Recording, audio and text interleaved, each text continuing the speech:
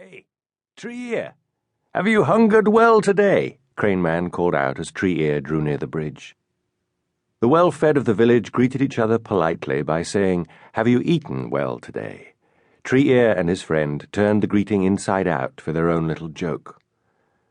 Tree Ear squeezed the bulging pouch that he wore at his waist. He had meant to hold back the good news, but the excitement spilled out of him. "Crane Man, a good thing that you greeted me so just now, for later today we will have to use the proper words." He held the bag high.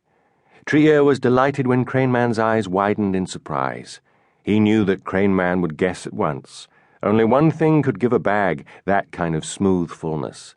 Not carrot tops or chicken bones which protruded in odd lumps. No, the bag was filled with rice. Crane Man raised his walking crutch in a salute. "Come, my young friend, tell me how you came by such a fortune. A tale worth hearing, no doubt." Tree Ear had been trotting along the road on his early morning perusal of the village rubbish heaps.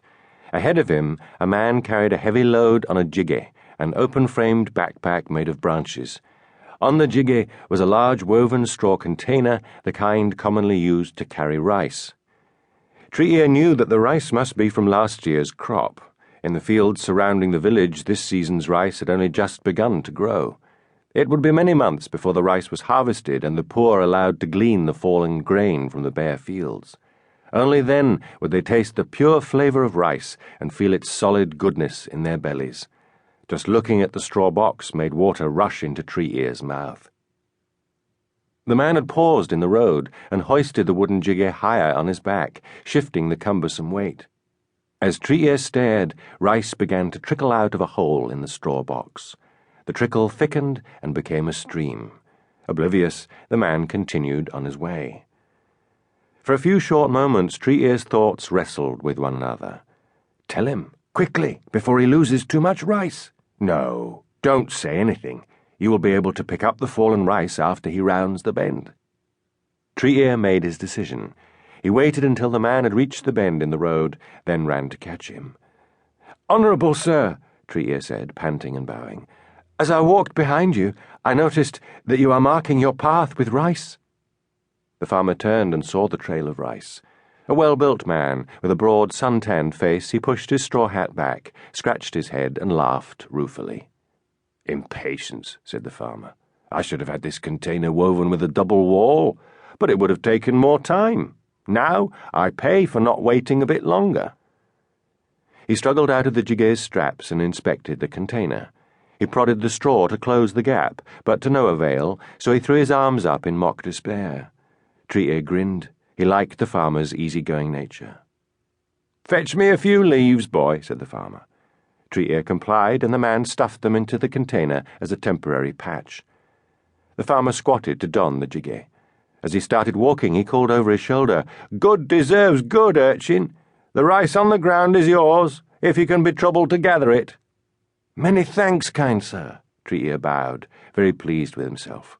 He had made a lucky guess, and his waist pouch would soon be filled with rice. Tree Ear had learned from Crane Man's example. Foraging in the woods and rubbish heaps, gathering fallen grain heads in the autumn, these were honourable ways to garner a meal, requiring time and work. But stealing and begging, Crane Man said, made a man no better than a dog. "Work gives a man dignity. Stealing takes it away," he often said. Following Crane Man's advice was not always easy for Tree Ear. Today, for example, was it stealing to wait as Tree Ear had for more rice to fall before alerting the man that his rice bag was leaking? Did a good deed balance a bad one? Tree Ear often pondered these kinds of questions, alone or in discussion with Crane Man. "Such questions serve in two ways," Crane Man had explained. "They keep a man's mind sharp, and his thoughts off his empty stomach." Now, as always, he seemed to know Tree Ear's thoughts without hearing them spoken. "Tell me about this farmer," he said. "What kind of man was he?" Tree Ear considered the question for several moments, stirring his memory. At last he answered, "One who lacks patience. He said it himself. He had not wanted to wait for a sturdier container."